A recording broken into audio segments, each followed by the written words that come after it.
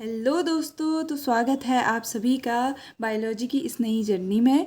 आज के क्लास में हम पढ़ेंगे आर्किया के बारे में, जिसे कि हम आर्की बैक्टीरिया कहते हैं। पिछली क्लास में हमने यू बैक्टीरिया के सारे ऑर्गेनेल्स कर लिए थे, उसमें कुछ छूट गए थे।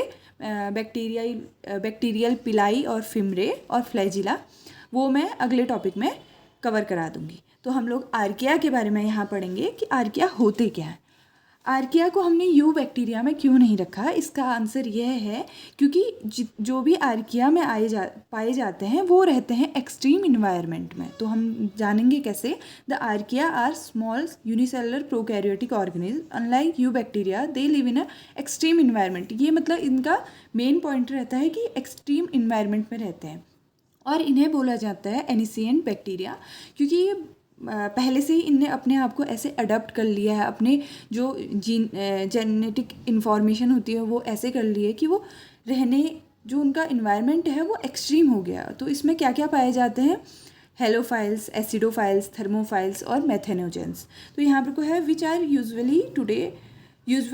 Unusual today but may have been prevalent in primitive earth. पहले जब हम देखते हैं, अगर एवोल्यूशन की बात की जाए तो जब हम देखते हैं प्रिमिटिव अर्थ की बात करें तो उस टाइम पे जो कंडीशन थी वो बहुत ज़्यादा एक्सट्रीम थी। तो उस कंडीशन में आर्किया ने अपने आप को अडेप्ट कर लिया और वो वैसे ही रहने लगे। अभी के टाइम पे तो वो अनयूजुअल कंडीशन है। तो एग्जाम्पल यहाँ पर को देखेंगे तो सबसे पहले हेलोफाइल्स। ये जो होता है वो एक्सट्रीम सॉल्टी इन्वायरमेंट में रहते हैं, जैसे कि डेड सी और डीप सी, इनमें ये रहते हैं। फिर एसिडोफाइल्स ऐसे होते हैं जो बहुत ही ज़्यादा लो पीएच में रहते हैं या फिर 0 पीएच में रहते हैं। थर्मोफाइल्स होते हैं जो कि बहुत ही ज़्यादा हाई टेम्परेचर में रहते हैं, जैसे स्प्रिंग, हॉट वाटर स्प्रिंग हो गया, इन सब में रहते हैं। और इनमें सिर्फ एक ऐसे होते हैं मिथेनोजेंस जो कि नॉर्मल लिविंग करते हैं, मतलब नॉर्मल कंडीशन में ग्रोथ करेंगे और मीथेन प्रोडक्शन करते हैं। ये किसमें? हमारे जितने भी रूमिनेंट्स एनिमल होते हैं, जैसे काव हो गया और भैंस हो गया, इन सब में ये क्या करते हैं? मीथेन का प्रोडक्शन करते हैं। अब आता है archaea resemble bacteria in a number of feature. हम इस वाले जो हम टॉपिक देख रहे हैं आर्की बैक्टीरिया, इसमें दो चीज़ें देखते हैं कि कैसे आर्किया रिजेंबल करता है बैक्टीरिया से और कैसे वो डिफरेंस क्रिएट करता है यू बैक्टीरिया से। ठीक है, तो सबसे पहले हम देखेंगे they may be spherical, rod shape, spirilla, cuboidal, triangle and pleomorphic. जैसे हमने यू बैक्टीरिया के बारे में बात की थी कि वो किसी भी स्ट्रक्चर में अपने आप को ढाल लेता है, अलग अलग शेप साइज़ का होता है। तो वैसे ही आर्किया भी बहुत अलग शेप के होते हैं। प्लियोमॉर्फिक का मीनिंग हो गया कि अपने आप को वो चेंज करने की कैपेसिटी रखते हैं अपने स्ट्रक्चर को। The range in the diameter from 0.3 to over 15 mu metre and some can grow up to 200 mu metre in length. ठीक है, they stain either Gram positive और ग्राम नेगेटिव। तो अगर हम यहाँ पर को बात करें तो ये ग्राम स्टेनिंग में भी पार्ट लेते हैं। अगला हम देखते हैं multiplication is usually by binary fission but some by budding and fragmentation. जैसे यू बैक्टीरिया में रिप्रोडक्शन था, वैसे ही बाइनरी फिजन, बडिंग, फ्रेगमेंटेशन, इन सब के द्वारा इनमें क्या हो पाया जाता है? मल्टीप्लिकेशन पाया जाता है।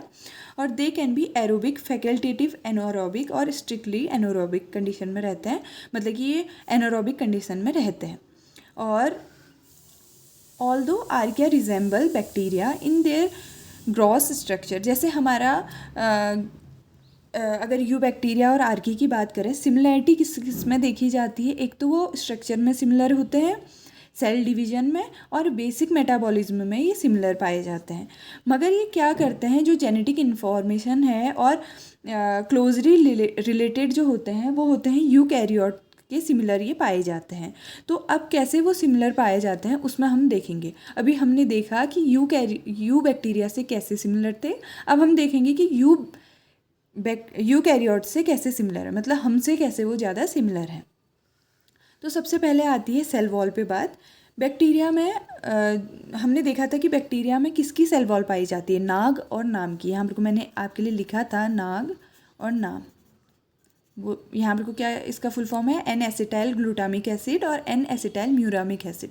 जबकि यहाँ पर को जो इनकी सेल वॉल बनी होती है वो नाग, एन एसिटाइल ग्लूटामिक एसिड और एन एसिटाइल टेलोसामीन एसिड की बनी होती है।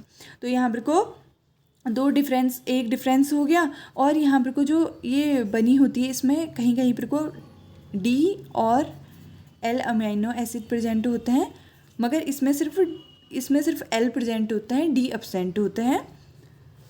और प्लाज्मा मेम्ब्रेन की जब हम बात करेंगे तो आर्कियल मेम्ब्रेन और यूबैक्टीरियल मेम्ब्रेन में लिपिड का डिफरेंस पाया जाता है।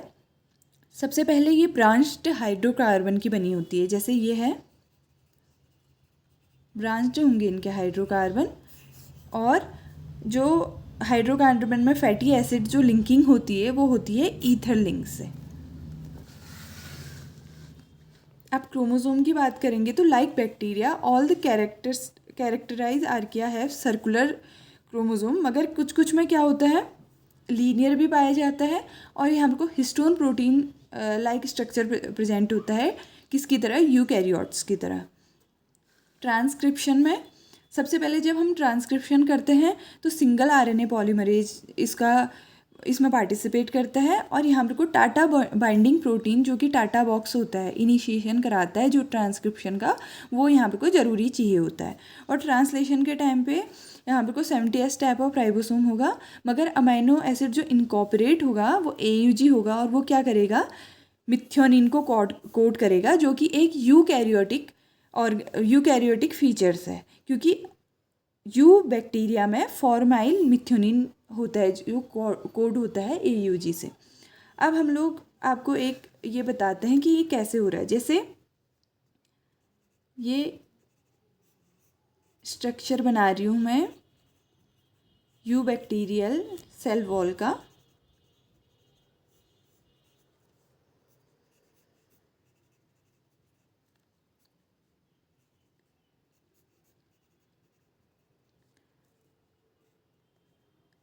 इससे अगली वाला पॉलीमर अटैच होता है, तो यहाँ पर को हमारे क्या पाए जाते हैं, डी अमाइनो एसिड और एल अमाइनो एसिड। तो यहाँ पर कोई डिफरेंस देखा जाता है सेल वॉल पे। तो जो हमारा आर्किया हो गया, एक तो वो बहुत ही एक्सट्रीम इन्वायरमेंट में रहेगा, सॉल्टी, टेम्परेचर हाई और बहुत ज़्यादा उसमें pH लो चला जाएगा। और उसने अपने आप को ऐसे अडॉप्ट कर लिया है कि उसका सेल वॉल, प्लाज्मा मेम्ब्रेन और क्रोमोसोम सब में डिफरेंस देखा जाता है यूबैक्टीरिया से। वो ज़्यादा रिजेंबल करता है ह्यूमन या फिर यूकैरियोटिक सेल से।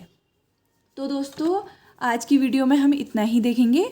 अगली वीडियो में हम यूकैरियोटिक स्ट्रक्चर या फिर यूकैरियोटिक ऑर्गेनल्स के बारे में पढ़ेंगे, जो कि न्यूक्लियस, माइटोकॉन्ड्रिया और भी अदर ऑर्गेनल्स के बारे में। तो आपको मेरी वीडियो पसंद आए तो लाइक कीजिए, शेयर कीजिए और कमेंट कीजिए। थैंक यू दोस्तों।